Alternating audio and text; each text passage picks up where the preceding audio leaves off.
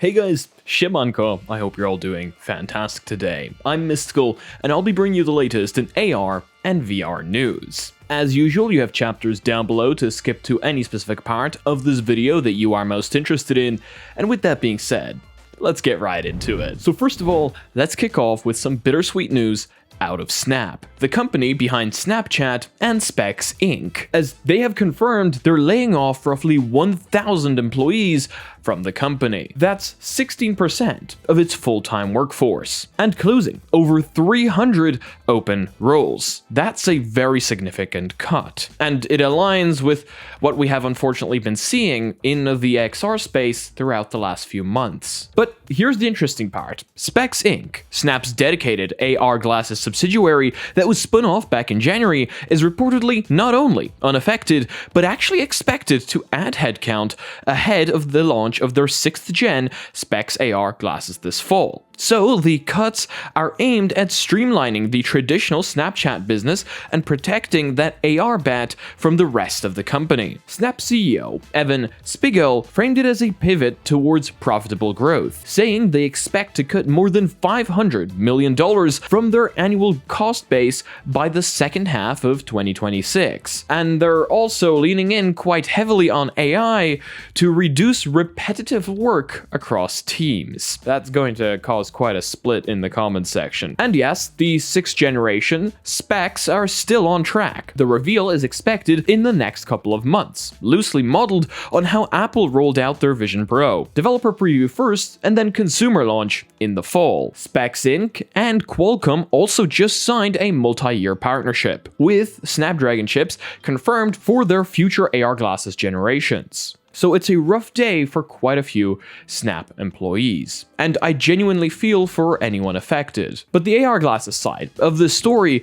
is actually looking more serious than ever. The race is on. Okay, now on to a pretty big deal that is going to make a lot of you guys unhappy, as Meta is supposedly planning on adding facial recognition to their smart glasses. I think quite a few of us have seen this coming for quite some time. An ACLU-led coalition representing more than 70 liberties groups across EPIC, Fight for the Future, and the Leadership Conference on Civil and Human Rights has sent an open letter to Mark Zuckerberg urging Meta to stop and publicly disavow plans to bring facial recognition to its smart glasses. The background here. Back in February, the New York Times reported that Meta is actively exploring facial recognition for Ray-Ban and Oakley smart glasses. The options on the table included recognizing people you're already connected with on Meta platforms, as well as identifying strangers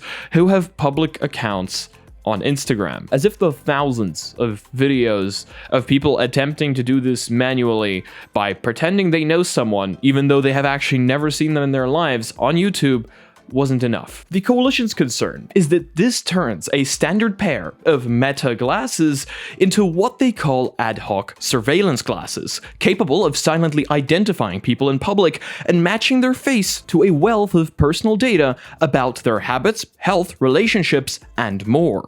The letter specifically calls out the risk for immigrants, LGBTQA+ people, domestic violence survivors, activists, and other vulnerable groups. Meta and EssilorLuxottica have not commented, and worth noting, Meta did shut down Facebook's photo tagging facial recognition system back in 2021 under public pressure, so they've walked this one back before. Whether that happens again remains to be seen. Personally, we could talk on and on about this, because the implications here are absolutely huge, and people have been commenting on this for the last few months in the comments section already. But the fact that now there's an open letter being sent out to Meta and Mark Zuckerberg in order to stop this shows that people are very concerned. And to be completely honest with you, they have a right to be. These glasses are selling by millions. 7 million units in 2025 alone. Adding silent facial recognition to hardware that looks like a standard pair of glasses is a very different proposition to a phone camera. So, let's just say I'm very interested to see what you guys think about this down in the comments section below. Speaking of smart glasses, Apple is doing their very best in order to get onto that bandwagon, and they're getting serious about it. Bloomberg's Mark Gurman is reporting that Apple's design team now has at least 4 different frame styles in the works for their smart glasses, codenamed N50, with plans to potentially launch some, if not all of them. These styles reportedly include a large rectangular frame reminiscent of the Ray-Ban Wayfarers, a slimmer rectangular design similar to Tim Cook's own glasses, and 2 oval or circular options in different sizes. The frames are said to be made from acetate, a higher quality material than the thermoplastic used in Meta Ray-Bans. And Apple is planning many color options including black, ocean blue, and light brown. Unlike the Ray-Ban Meta glasses, Apple's glasses will reportedly feature a distinct camera lens shape, vertically oriented ovals with surrounding lights. There is no display planned for this first version. The focus is on cameras, phone calls, music, notifications, and AI voice through an improved version of Siri coming with iOS 27. The launch window is still at the end of 2026, with an actual consumer release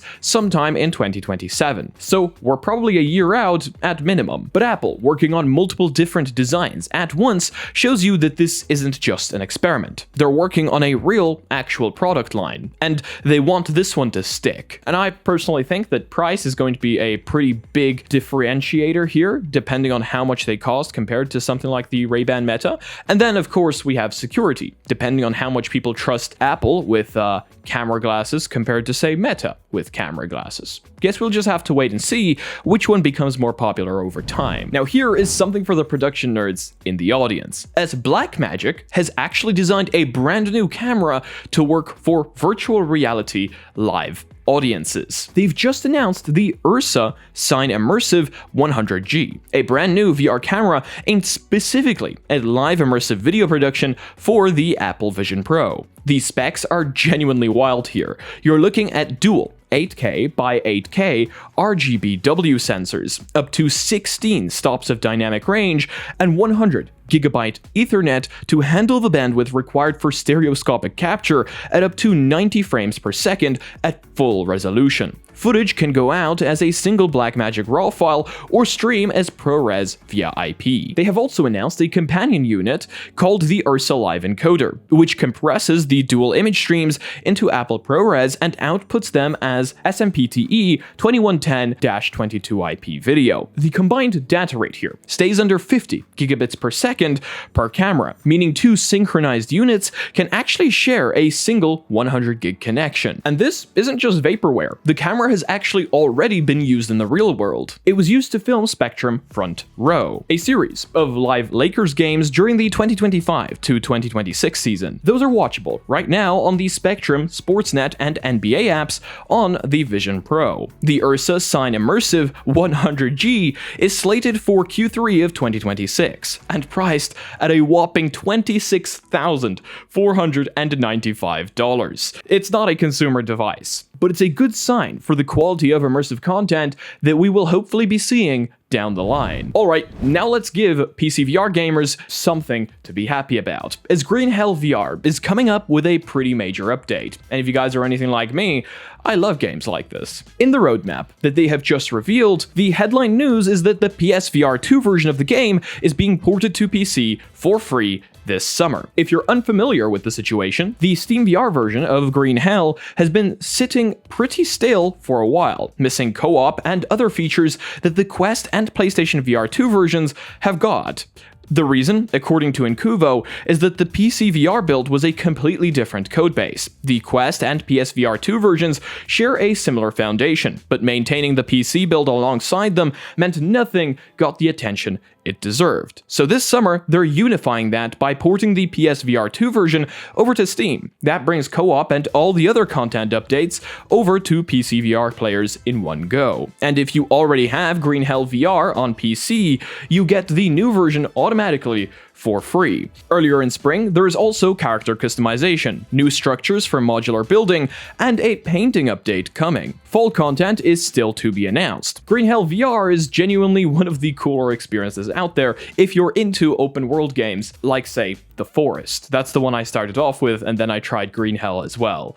And I highly recommend The Forest VR as well if that's something you guys are into. PCVR players have been quite patient here, and it's nice to see that finally paying off. Now let's move on to some more AI stuff. And this one is genuinely cool, but again, it's going to be interesting to see the split in the comments here. Now, AI is pretty much able to build you XR experiences. So, if you've ever wanted to build one of those, but don't have the technical chops for it, Google has released an XR blocks gem for the Gemini web app. It's essentially a custom extension that gives Gemini the context code examples it needs to generate web XR experiences from plain text descriptions. They call this vibe coding XR. And it goes like this. You describe what you want in a text prompt. Gemini generates the HTML, CSS, and JavaScript, usually under 60 seconds. And it populates straight into the canvas view right next to your chat thread. You can then iterate by just asking for changes. The experiences can include user interfaces, hand interactions,